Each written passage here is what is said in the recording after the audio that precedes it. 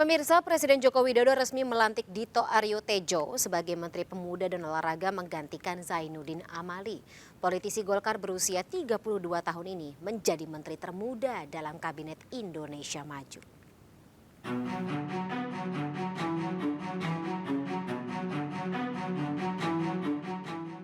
Dito menjadi salah satu nama yang diajukan oleh Partai Golkar kepada Presiden Joko Widodo. Dito Aryo Tejo lahir di Jakarta 25 September 1990. Sebelum terjun ke dunia politik, pria berusia 32 tahun itu sempat merintis sejumlah usaha. Tahun 2021 bersama artis Raffi Ahmad, ia membentuk Rans Sport dan menjabat sebagai Chairman Rans Nusantara FC. Semasa kuliah, Dito aktif berorganisasi di BEM Fakultas Hukum Universitas Indonesia.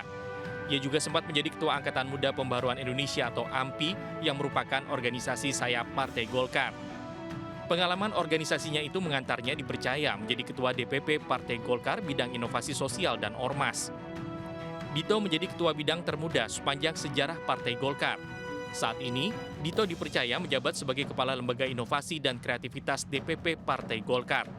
Tak hanya di internal partai, karir Dito di pemerintahan juga tergolong moncer. Pada bulan April 2022, Dito masuk dalam jajaran tim ahli Menko Perekonomian Erlangga Hartarto sekaligus menjadikan Dito sebagai anggota tim ahli termuda. Sebelumnya, Partai Golkar mengajukan 4 nama untuk menggantikan Zainuddin Amali sebagai Menpora kepada Presiden. Mereka adalah Ilham Permana, Dev Laksono, Dito Aryo Tejo, dan Putri Komarudin. Akhirnya Presiden Joko Widodo memilih Dito untuk mengisi jabatan sebagai Menteri Pemuda dan Olahraga. Dari Jakarta, tim liputan iNews melaporkan. Ya pemirsa, Presiden Joko Widodo melantik Dito Aryo Tejo sebagai Menteri Pemuda dan Olahraga di Istana Kepresidenan sore hari ini. Dito dipilih menggantikan sosok Zainuddin Amali yang mundur usai terpilih menjadi Wakil Ketua Umum PSSI. Dinilai sebagai sosok muda yang kreatif dan juga suka berinovasi, Dito dianggap mampu bekerja sebagai pemain tim. Dito juga merupakan kader muda Partai Golkar yang berusia 32 tahun dan sebelumnya ia merupakan staf khusus atau staf sus bidang hubungan antar lembaga di Kementerian Koordinator Bidang Perekonomian. Kita akan bahas lebih dalam terkait dengan bagaimana kita akan menakar sepak terjang Menteri Termuda Kabinet Jokowi ini. Kita sudah bergabung bersama dengan para narasumber lewat sambungan Zoom.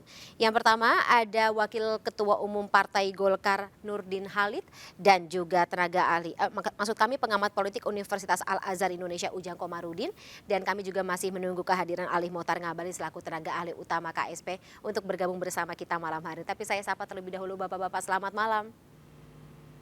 Selamat malam Mbak Fani, ya, Bang Nurdin Halid, selamat malam, Assalamualaikum. Selamat malam Pak Nurdin, Kang Ujang, sehat-sehat ya.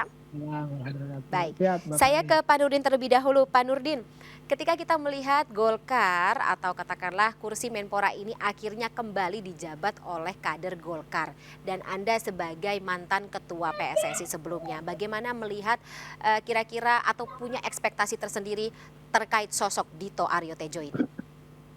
Ya, pertama-tama saya mengucapkan selamat kepada Adinda Dito atas kepercayaan Bapak Presiden untuk mengemban amanah, mengemban tugas sebagai Menteri Pemuda dan Olahraga. Saya cukup dekat dengan Dito ya, dan saya kenal baik dan cukup dekat. Saya punya keyakinan sangat kuat bahwa Dito adalah seorang sosok anak muda yang selama ini kepemimpinannya di bidang kepemudaan itu sangat visioner. Oleh karena itu pasti dia memiliki inisiatif kreasi dan inovasi sebagai sebuah terobosan dalam upaya untuk meningkatkan kualitas kepemudaan, meningkatkan kualitas prestasi olahraga nasional kita di event-event internasional. Nah, khusus untuk PSSI, saya yakin bahwa Dito bisa bergandengan tangan dengan Pak Erick Thohir sebagai ketua PSSI untuk langkah pertama yang sekarang harus dilakukan adalah berupaya untuk menyelamatkan persepak nasional kita dari hukuman FIFA. Saya kira itu tugas kekinian ya, tugas yang lebih awal. Yang kedua adalah harus segera Dito ini mempersiapkan daripada SEA Games yang juga akan berlangsung tidak lama lagi. Nah, dan juga bagaimana meningkatkan kualitas-kualitas kepemudaan di segala bidang pembangunan termasuk daripada bidang olahraga. dia sosok anak muda yang saya kenal baik sekali dan kreatif serta memiliki jaringan yang sangat luas, dan yang paling penting adalah dia sangat supel dalam bergaul. Dia tidak sungkan-sungkan meminta masukan dan tekun dalam mendengarkan pendapat orang lain. Itu yang saya kenal dengan sosok daripada saudara Dito ini. Oke, Itu Mbak Fani. baik. Tapi sebelum kita masuk lebih jauh terkait dengan bagaimana ekspektasinya gitu dalam dunia olahraga, terkait dengan kursi Menpora yang kembali ke pelukan Partai Golkar sendiri bagaimana Pak Nurdin? Kita sudah memprediksi sebelumnya bahwa insya Allah Bapak Presiden tetap memberikan kepercayaan kepada Partai Golkar karena yang digantikanlah kader Golkar. Nah, kita sudah prediksi lebih awal bahwa insya Allah Bapak Presiden akan memberi kepercayaan, ternyata itu menjadi kenyataan. Oleh karena itu amanah ini tidak hanya harus diemban secara baik oleh Saudara Dito, tapi partai juga ikut bertanggung jawab, tentu mengawal kepemimpinan, mengawal kerja-kerja cerdas, kerja-kerja kreatif daripada Saudara Dito. Karena kepercayaan Bapak Presiden ini adalah tentu suatu yang tidak mudah, tapi memiliki tantangan yang sangat berat bagi Saudara Dito, karena apalagi sekarang PSSI masih dalam ancaman sanksi dari FIFA karena dibatalkannya menjadi tuan rumah dunia. Ini pekerjaan yang sangat ini yang harus dicarikan solusi terbaik oleh Menpora bersama dengan Pak Erick sebagai ketua umum PSSI. Berarti cukup yakin ya, karena kan sebelumnya Pak Nurdin kita tahu gitu kursi Menpora ini sempat diperebutkan tanda kutip gitu untuk orang-orang atau kader-kader dari partai lain, tidak perlu saya sebut ya. Tapi ya lagi-lagi kembali begitu ke pelukan Partai Golkar. Kalau begitu saya ke Kang Ujang. Oke, saya ke Kang Ujang dulu ya Pak Nurdin. Kalau menurut Kang Ujang sendiri apa implikasi dari pemilihan atau katakanlah penunjukan Dito sebagai Menpora ini tidak hanya bagi dunia sepak bola dan juga olahraga Indonesia, tetapi juga bagi dinamika politik kita ke depan? Ya, saya rasa ini hal yang bagus, positif ya bagi anak-anak muda Indonesia. Bahwa sejatinya Pak Presiden itu mengamanahi kursi Menpora kepada sosok Dito Aryo Tejo ya, anak muda yang menurut saya bukan hanya aktif berorganisasi tapi juga kreatif dan cerdas. Nah, saya melihat, saya satu kali ketemu ya di rumahnya di Jalan Denpasar itu, saya masih ingat ketika itu Dito punya cita-cita jadi calon anggota DPR.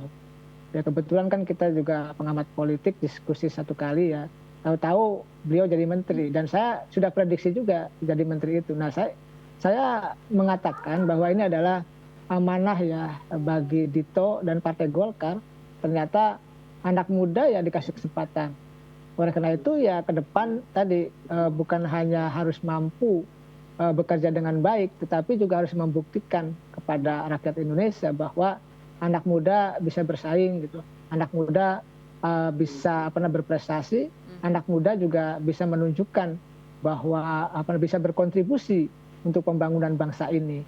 Dan saya melihat ya dia sosok yang humble ya. Efeknya ini membawa optimisme bagi seluruh anak muda Indonesia. Kebetulan saya juga kan lahir 81 lah, masih milenial gitu. Iya, jadi sang Qatar lah ya Kang Ujang. Turut bangga gitu ya kepada Saudara Dito dalam konteks beliau menjadi menteri. Saya ucapkan selamat. Ya kita tunggu kinerjanya ke depan. Nah, dalam konteks dinamika politik kita ya ini angin segar bagi anak-anak muda. Ternyata ke depan itu jumlah pemilih muda itu kan 54%. Makin banyak, makin besar gitu. Oleh karena itu makin dihitung dalam konteks konstelasi politik nasional 2024 nanti. Oleh karena itu ya siapkan diri anak-anak muda itu untuk menjadi ya anak-anak muda yang berprestasi dan hebat gitu. Sehingga tadi anak-anak muda bukan hanya jago nongkrong, bukan hanya jago ngopi-ngopi, bukan hanya jago santai-santai. Iya, tetapi harus mampu memberikan diri bahwa anak muda Indonesia adalah anak yang kreatif dan bisa berkontribusi untuk bangsa dan negara gitu. Jadi nama Dito masuk sebagai Menpora ini juga ada semacam efek positif untuk nama partai begitu Kang Ujang? Ya sangat jelas dong. Yang diajukan muda-muda semua. Bagaimana misalkan Putri Komarudin, gitu ya. Lalu Ilham Permana. Tadi ya Ilham Permana, lalu Dev Laksono. Sebelumnya bahkan saya pernah dapat info ada Jerry Sambuaga. Itu justru sosok-sosok muda. Sebelumnya kita tahu bahwa Bang Zainuddin Amali itu kan usianya 60 ya, 61 gitu. Jadi ya memang beliau bagus, beliau bisa berprestasi menjadi Menpora, maka ketika berganti kepada anak muda dari Partai Golkar juga, maka mestinya lebih berprestasi lagi. Saya mendalami kok terkait dengan Kemenpora itu. Ada beberapa saya menjadi tempat berkomunikasi dengan para menteri itu. Dan saya meyakini bahwa efek positif bagi Partai Golkar tadi, Partai Golkar adalah ya partai yang bukan hanya kuat dalam konteks kelembagaan, bukan hanya kuat merata dalam konteks kepemimpinan nasional, tetapi juga tadi banyak kader-kader muda yang potensial. Banyak kader-kader muda yang memang sudah disiapkan untuk bisa membangun bangsa ini. Ya terbukti Bapak Presiden menunjuk Dito Aryo Tejo yang usianya 32 tahun. Ini suatu kebanggaan bagi Golkar ya, dan bagi anak-anak muda Indonesia bahwa sesungguhnya gitu ya, ketika kita bisa aktif, kita bisa berprestasi, kita punya kesempatan untuk bisa membawa nama harum bangsa dengan menjadi tadi ya diamanahi menjadi pejabat tinggi di Republik ini. Oke Kang, saya masih ada yang ingin digali lagi, tapi saya harus konfirmasi terlebih dahulu kepada Pak Nurdin. Memang ini strategi dari partai Pak Nurdin ketika mengajukan nama-nama yang hampir semuanya adalah generasi milenial begitu untuk menjadi Menpora. Kita waktu itu ingat ya tadi Putri Komarudin, kemudian juga Ilham Permana, Dev Laksono, dan yang sekarang jadi Dito Aryo Tejo, seperti itu. Ya, salah satu tugas partai adalah bagaimana mencetak kader-kader yang handal, tidak hanya untuk yang berumur, tapi juga khususnya kepada anak muda. Karena di Golkar itu banyak sekali, kita ada dua lembaga yang memang bergerak di bidang kepemudaan, yaitu Angkatan Muda Pembaruan yang dulu ketuanya Saudara Dito, dan Angkatan Muda Partai Golkar yang juga dua lembaga ini memang ditugaskan untuk mencetak kader-kader muda di dalam rangka menyambung kepemimpinan Partai Golkar, juga untuk menyambung kepemimpinan di nasional. Nah, ketika ada ruang dan ada peluang untuk memberikan kesempatan kepada anak muda kita untuk berkiprah, sekaligus melatih diri dan memberi contoh kepada pemuda-pemuda Indonesia yang lainnya bahwa ketika generasi muda itu berprestasi, maka dia ada ruang, ada tempat yang diberikan oleh partai untuk bisa berkiprah dalam mengabdi kepada Republik, kepada negeri ini.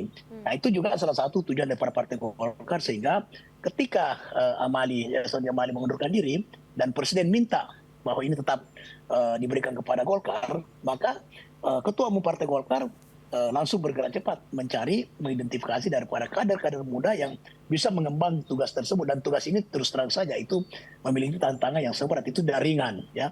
Pemuda hari ini berbeda dengan pemuda di zaman saya dulu ya, itu sangat berbeda dengan pemuda masa kini. Nah, karena itu Saudara Dito harus melakukan inovasi khusus dalam rangka meningkatkan kualitas kepemudaan untuk menjadi penyambung estafet kepemimpinan di dalam pembangunan di segala bidang, termasuk daripada peningkatan prestasi-prestasi semua cabang olahraga nasional ke event internasional. Dan Saudara Dito juga telah memiliki pengalaman menangani daripada event-event internasional. Karena itu dari sisi pengalaman baik di bidang kepemudaan maupun di bidang olahraga, insya Allah Saudara Dito tidak akan mengecewakan daripada kepercayaan Bapak Presiden. Amin. Berarti cukup percaya diri Itu, Pak Nurdin begitu dari Parpol atau dari Partai Golkar sendiri terkait dengan posisi ini. Kita tahu begitu banyak tidak hanya ekspektasi ya, tapi juga tekanan dari sana sini, termasuk juga tekanan politik. Saya langsung gambarkan saja mungkin tantangan yang akan dihadapi oleh Menpora saat ini, Dito Aryo Tejo. Ada ajang ANOC World Beach Games 2023 di Bali yang kemungkinan besar ada pesertanya juga dari atau diikuti oleh atlet Israel, Pak Nurdin. Nah, kalau misalnya menurut Bapak sendiri kira-kira apakah dengan Menpora saat ini kira-kira punya langkah tersendiri untuk menyeimbangkan prestasi internasional dan juga kondusivitas negara supaya pengalaman buruk Piala Dunia U20 tidak terulang lagi? Itu memang suatu permasalahan tersendiri ya, karena kita juga hendak menegakkan konstitusi kita, kedaulatan kita, partisipasi aktif kita di bidang luar negeri dengan tetap berlandaskan kepada Mukadimah Pembukaan Undang 45. Di satu sisi antara olahraga dan politik itu tidak boleh dicampur adukan, itu memang sudah suatu menjadi kenyataan dunia. Tetapi ada hal-hal yang prinsip sekali yang tidak boleh kita abaikan, yaitu mengenai mengembang daripada kedaulatan negara kita. Nah, oleh karena itu nanti harus dicari jalan keluar. Ya misalnya karena kita kan tidak mengakui Israel sebagai sebuah negara, kita tidak punya hubungan diplomatik ya. Nah, kalau dia datang tanpa hanya menggunakan nama Israel tapi tidak perlu mengibarkan bendera Israel, tidak menyanyikan lagu Israel, mungkin itu salah satu jalan keluar. Dia boleh bertanding tapi tidak membawakan simbol-simbol daripada negara yang bersangkutan, itu mungkin bisa diterima, itu salah satu jalan keluar. Karena kalau tidak memang agak susah memang, dan ini bukan persoalan pada Menpora, tapi itu ada persoalan pemerintah Republik Indonesia, persoalan rakyat seluruh Indonesia, bukan hanya persoalan Menpora itu. Iya. Kalau bicara soal kehadiran Israel dengan segala simbol-simbolnya, itu mungkin memang persoalan yang pelik yang dihadapi oleh bangsa ini, bukan oleh Menpora saja tapi oleh bangsa ini. Termasuk sebenarnya memang salah satu partisipasinya kalau misalnya sepak bola kita bicara mengenai PSSI, berarti kan ini badan olahraga dari cabur yang bersangkutan ya juga. Tapi kan kita bicara mengenai Menpora yang baru terpilih, tentunya ada ekspektasi, karena kalau tadi seperti kata Kang Ujang Kang Ujang bilang gitu, ketika seorang milenial terpilih menjadi menteri begitu, pasti ada perspektif yang berbeda dengan menteri-menteri yang dijabat generasi sebelumnya gitu. Ada visi misi yang berbeda tentunya. Apakah ini dari parpol sendiri sudah ada semacam instruksi begitu Pak Nurdin, supaya untuk menyamakan visi, misi dan juga perspektif tersebut? Ya, jadi tentu ada briefing dari ketua umum, tapi itu yang bersifat strategis ya, bukan bersifat teknis, bukan bersifat taktis ya. Itu bersifat yang sangat visioner itu. Dalam rangka misalnya saya ambil contoh sepak bola. Ya tentu diharapkan kepada Menpora yang baru ini adalah dari Partai Golkar mengharapkan untuk terciptanya industri bola di Indonesia, dalam rangka mengikutsertakan Indonesia dalam pentas dunia. Jadi industri bola dan pentas dunia itu adalah hal yang sangat visioner yang harus dibangun oleh Menpora dengan tentu dengan Ketua Umum PSSI. Nah itu contoh saja di bidang sepak bola misalnya, karena saya kebetulan orang bola yang 8 tahun Ketua Umum PSSI, jadi saya tentu bicara soal itu. Nah, saya akan memberi masukan kepada Menpora yang baru bagaimana menciptakan industri bola. Karena bola tidak hanya sebagai sebuah olahraga, tapi bola menjanjikan masa depan anak-anak muda kita. Sepak bola adalah bisa menciptakan kesejahteraan, apalagi sepak bola menjadi alat persatuan bangsa ini. Dulu ya, pertama kali anggaran dasar PSSI itu bola dikatakan di situ, bola sebagai alat persatuan untuk menghadirkan kemerdekaan bangsa Indonesia. Nah, itu mungkin agak berbeda dengan sepak bola yang lain, olahraga yang lain itu. Nah, untuk itu maka tentu saya akan memberi masukan kepada Adinda Dito bahwa untuk menciptakan Indonesia menjadi bangsa bola, maka pilihannya adalah ciptakan Indonesia sebagai industri bola menuju pentas dunia. Nah, itu kira-kira Mbak Fani. Oke, lagi-lagi ya kita tidak bisa langsung memberikan sebuah label begitu ya. Apakah memang posisi Dito Aryo Tejo maksud kami ini menjadi sebuah presiden tersendiri tidak hanya bagi kabinet Jokowi, tetapi juga bagi parpol yang menjadi wadah Dito Aryo Tejo yaitu Golkar. Tapi kalau menurut Anda Kang Ujang, apakah ada presiden sendiri begitu melihat bagaimana dinamika yang tadinya menyelimuti pemilihan nama yang akan menjadi Menpora. Kemudian kita tahu salah satu nama juga diajukan oleh parpol lain yang katanya juga mendapat janji dari Presiden Joko Widodo. Apakah pemilihan atau duduknya Dito menjadi Menpora saat ini juga akan mempengaruhi dinamika antar parpol dan juga mungkin koalisi ke depannya jelang Pilpres 2024 ini, Kang Ujang? Ya Mbak Fani, gini, kalau yang lain kegeeran ya. Kita lihat konstruksi kabinet kita Mbak. Misalkan gini, ketika misalkan Juliari Batubara ya Mensos RI itu ditangkap KPK, itu dari PDIP. Penggantinya juga PDIP, Bu Risma. Lalu Menteri KKP, Pak Edi Prabowo juga digantikan dari Gerindra ya, oleh Gerindra juga. Jadi memang sudah jatah, sudah seharusnya bahwa kursi Menpora itu ketika Pak Zainuddin Amali mundur ya memang ke tangan Golkar lah itu didapatkan. Karena memang di luar sana ada isu-isu, ada misalkan ada tukar guling katanya nanti PKB yang akan ambil Menpora, lalu Menag akan diambil oleh Partai Golkar. Karena sempat ada isu seperti itu. Tapi saya tidak yakin. Karena saya yakin dengan konstruksi resapel sebelum-sebelumnya bahwa kalau memang itu menteri dari Golkar ya akan dapat Golkar. Kalau menteri dari PDIP kan PDIP. Lalu kalau menteri dari Gerindra kan dari Gerindra. Nggak ada tukar guling itu. Tapi memang isu itu sangat santer ya. Karena saya kan ada beberapa teman juga di Kemenpora ya selama 3 tahun terakhir. Saya cukup intens ya dengan banyak menteri gitu. Saya melihatnya udah kelihatan kok garis arah Terahnya. kebijakan Pak Jokowi itu ya kemana gitu. Pasti ke Partai Golkar. Jadi Yang kalau sana ada kegeeran gitu, tadi Kang. ya partai-partai lain kegeeran aja kalau menurut saya. Karena nggak mungkin diberikan kepada partai lain ataupun diberikan kepada profesional. Karena Golkar itu adalah partai yang paling loyalis kepada Pak Jokowi. Menjadi jangkar pemerintahan Pak Jokowi dan Pak Jokowi sangat nyaman dengan Golkar. Makanya nggak bakal diberikan kepada yang lain. Jadi Biasanya kalau ada yang kegeeran intrik-intrik, nanti ada yang baper gimana tuh, Kang? ya faktanya kita menyaksikan hari ini ya Dito dari Partai Golkar yang dilantik, bukan Oke. partai lain. Ya Oke. tetapi tadi di belakang layar pasti ada intrik-intrik, ada jegal-menjegal pasti sudah ada. Tapi itu hal yang biasa dalam politik, apalagi ini kursi kabinet. Semua politisi termasuk politisi Partai Golkar yang lain ya apalagi partai yang lain pasti menginginkan menjadi menteri. Pasti akan ada intrik-intrik di belakang itu yang kita tidak tahu. Jadi saya sih melihatnya ada yang GR, ada yang baper dalam konteks ingin menjadi Menpora ya hal-hal yang biasa saja dan wajar-wajar saja. Tetapi jatah itu tetap akan didapatkan oleh Golkar. Begitu. Nah, berarti dengan pelantikan Menpora saat ini apakah juga menutup pintu reshuffle kabinet? Ya kelihatannya iya ya, karena kita misalkan bicara Nasdem, banyak teman-teman wartawan yang menanyakan ke saya tentang Menkominfo dan macam-macam gitu dari Nasdem. Saya bilang kalau Nasdem diganti karena kalau faktor politis, maka Nasdem akan melambung karena merasa terdolimi maka akan naik. Maka Pak Jokowi tidak akan meresapel kecuali mohon maaf kalau misalkan terkena kasus ya.